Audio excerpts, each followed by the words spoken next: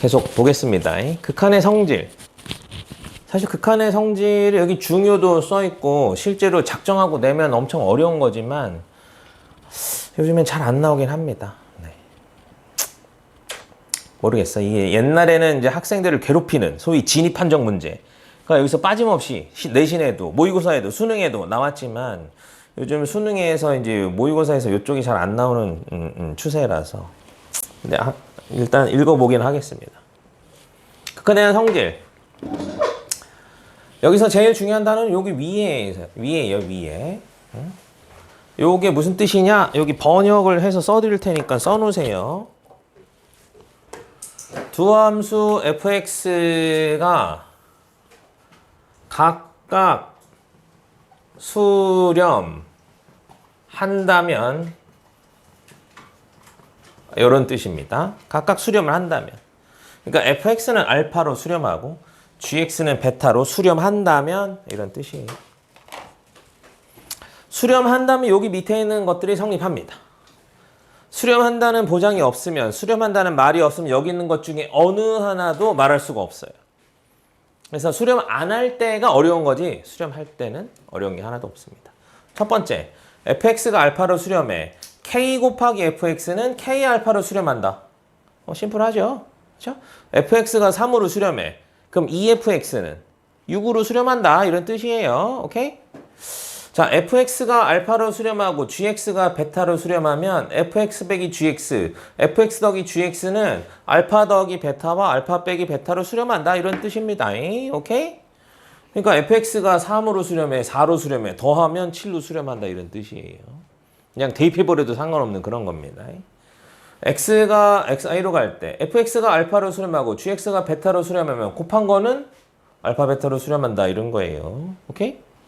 곱해도 수렴, 나누기도 수렴 이런 뜻이에요. 오케이? 나누는 것도 당연히 알파 베타, 베타분의 알파, 분모가 베타로 가고 분자가 알파로 가면 베타분의 알파로 수렴하겠지. 그렇죠? 여기까지 아주 심플합니다. 상식적이에요. 여기에다가는 별표를 와장창 쳐놓습니다. 여기를 별표를 5개도 좀 부족해요. 여기 단 베타는 0이 아니다. 분모가 0으로 수렴하면 이제 그런 말 할 수 없게 돼. 분모가 0이 되면 이제 이상해지는 거야지. 무한대로 갈 수도 있고 안 갈 수도 있고 막 그런 거예요. 오케이? 자, 위 성질은 어떤 A 우극한이든 A 좌극한이든 오케이? 무한대든 음의 무한대든 상관없다.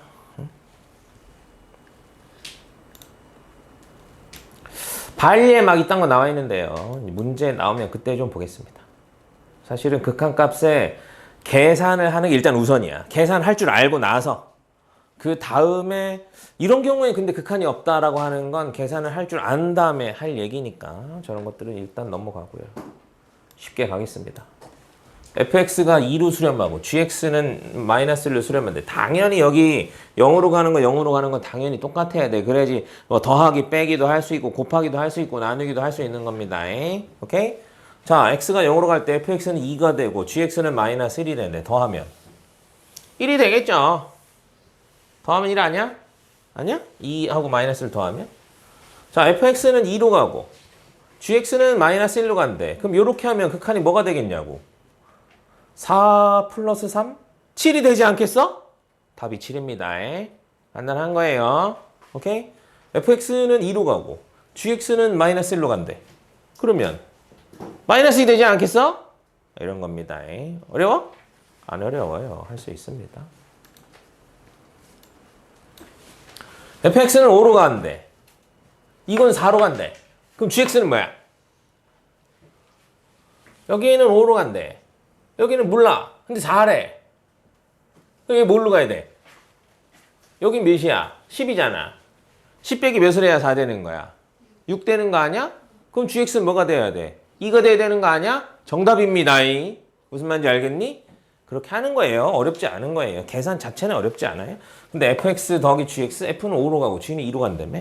그렇죠? 그럼 더하면 7 되겠죠. 이해되니? 여기 뭐 이제 이렇게 될 수밖에 없는 어떤 논리적 과정이 있지만 사실 중요하지 않아요. 직관적으로 저렇게 된다는 걸 아는 게 조금 더 중요하다고 저는 봅니다. 직관적으로 이렇게 되지 않겠어? 이건 무한대 아니겠어? 이건 수렴 아니겠어? 이렇게 아는 게 조금 더 선생님 중요하다고 봅니다. 다음 페이지. 옳은 것을 고르시오. 요거까지만 딱 읽어보고 갈게요. 어려운 건데 요거까지 하고 다 좀 더 레벨업 한 다음에 다시 하는 걸로 하겠습니다. 자, fx 빼기 gx라는 어떤 함수가 있는 거야. fx 빼기 gx라고 생각하지 말고 요런 함수가 있어. 얘하고 얘가 존재하면 이게 수렴한다라는 뜻입니다. 요거의 값이 존재한다라는 건 다른 말로 수렴한다 이런 뜻이에요. 수렴하는 게 존재하는 거야. 수렴하지 않으면 없는 거야. 무슨 말인지 알겠니? 얘가 극한이 존재하고 얘가 극한이 존재한다는 거지. gx도 수렴하느냐 이런 뜻입니다. 얘네 둘을 어떻게 하면 얘가 나오죠? 이 함수와 이 함수를 어떻게 연산을 하면 얘가 나오지? 빼기를 하면 됩니다. 빼기. 요거 빼기 요거 아니면 요거 빼기 요거 하면 되죠? 요거 빼기 요거 하면 gx거든요. 오케이? 그러면 각각이 수렴한다고 했으니까 수렴 빼기 수렴을 했다는 거야. 수렴 빼기 수렴을 하면 수렴입니다. 오케이? 수렴 더하기 수렴도 수렴이에요. 수렴 곱하기 수렴도 수렴이에요. 오케이? 수렴 나누기 수렴은 분모가 0이 아니면 수렴입니다. 아까 별표 아장창 쳤죠?